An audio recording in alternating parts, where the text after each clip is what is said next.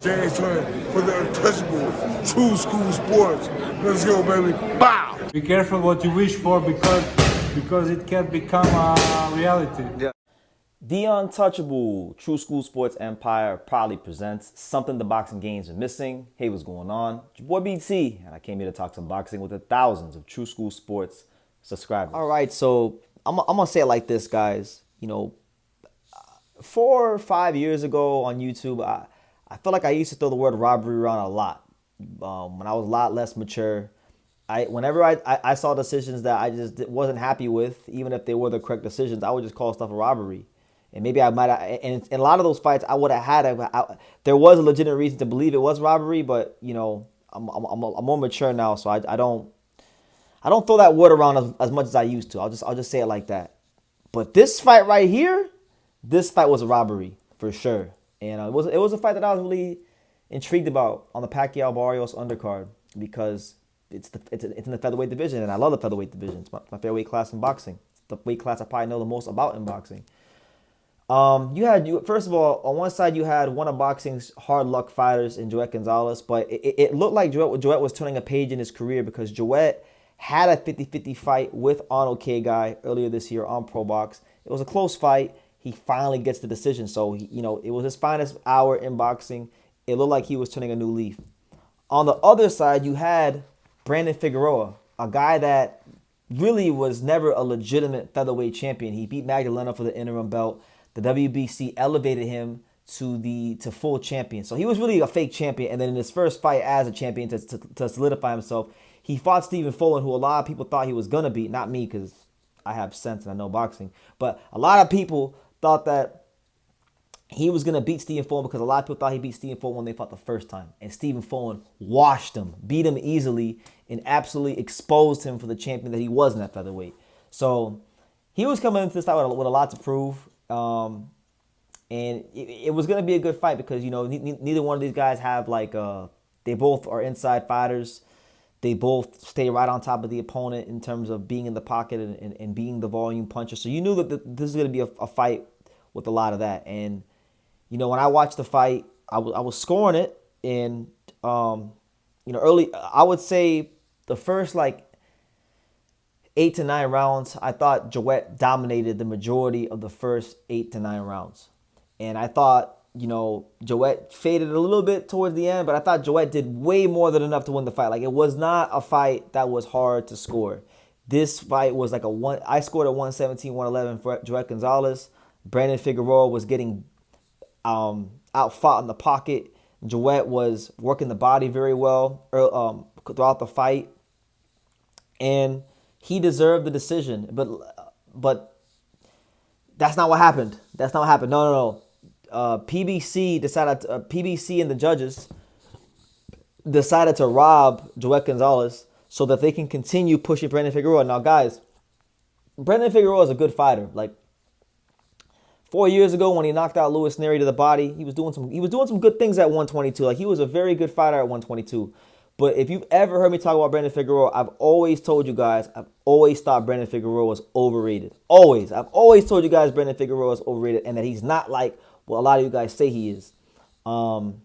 Because he at 122, at super bantamweight, he was winning a lot of these fights just because he was big and he smothers his work a lot.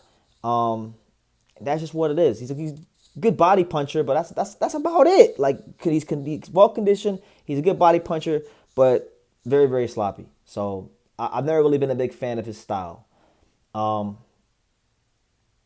I just think I don't know what PBC's plan is, but PBC boxing powers that be, Brandon Figueroa ain't like that at featherweight. If you think the Brandon Figueroa that fought Louis Neri is coming through that door, he ain't coming through the door. All of 2025. Brandon Figueroa has been, for lack of a better term, he's been fighting like trash. Got washed against Fulton, got beat by Joet Gonzalez. They gave it to him. And I'm very upset because Joet Gonzalez has been robbed before. Joet Gonzalez really, let me see. Joet Gonzalez has 5 losses, right? I would really say of those 5 losses, only 3 of them are legit. So his record is 27-5, but his real record should be 29-3.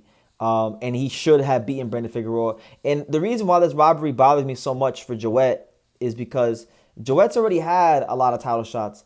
This win was going to be the kind of win that would have got Joet Gonzalez, one more last shot at glory, which he earned. Like, he has been a steady, hardworking, blue-collar fighter throughout the years, and he deserved this decision. He beat Brandon Figueroa. The majority of people that watched that fight believed he beat Brandon Figueroa. It wasn't a hard fight to score, but somehow David Sutherland, Tim Cheatham, Chris Migliori, like they've done many times in their careers, these establishment trash ass Vegas judges, they somehow got it wrong. They liked the I guess I don't know if they like. I mean, maybe they needed these. Maybe they needed these, and they would have got the fight right, because Joet Gonzalez won very easily. I can't see how you give Brandon Figueroa no more than 3 rounds. If you want to be extra generous, I could see 4. But the cleaner, more effective fighter throughout the duration of the fight was Joet Gonzalez. How the hell do you find 7 rounds? It's hard enough to find 5 rounds for Brandon Figueroa. How do you find 7 or more to give him a decision? I don't see it. This is bad for boxing. And I hope that in spite of a bad decision, I hope Joet Gonzalez can still, I don't know, man. Like, he's already at a time in his career where he's been through the ringer. Like, this fight was supposed to send him on an upward trajectory to maybe, like, well, he's 31 years old. So, like, right now, Joet's like what? Joet Gonzalez is the number 12 IBF contender, and he is the number 7 WBA contender. So this is supposed to send him on a trajectory to maybe get an Angelo Leo title shot or a Nick Ball title shot. And now, he may not get. I don't know. Maybe one of these champions picks him for a voluntary. We don't know. That could still happen. But I just don't like it. I don't know Brandon Figueroa or Joet Gonzalez on a personal level at all. So I have no. I literally have zero bias. Like, I just thought Joet Gonzalez beat Brandon Figueroa and got royally screwed by the powers that be. And I wanted to get it out there. Joet Gonzalez is a better featherweight than people. It's crazy because Brandon Figueroa ain't as good as people think he is, and Joet Gonzalez is better than people think he is. But, like, that's what these bad decisions do to the fighters' careers. It really shapes the perception of how they're seen by the public and the masses. Because a lot of people, let's be real, a lot of people just look at BoxRec, they don't watch the fights, and even if they do, a lot of people don't even know what they're watching. So I hate it. I hate it for Joet. And I hate it for Brandon because now it gives Brandon a chance to continue, like, this whack ass run he's had as a. Bro, Brandon is not a. Brandon was he was awesome at 122. He was an awesome fighter. At featherweight, he ain't that guy because now he's in a weight class where his size doesn't matter as much, and he has to actually win on skills.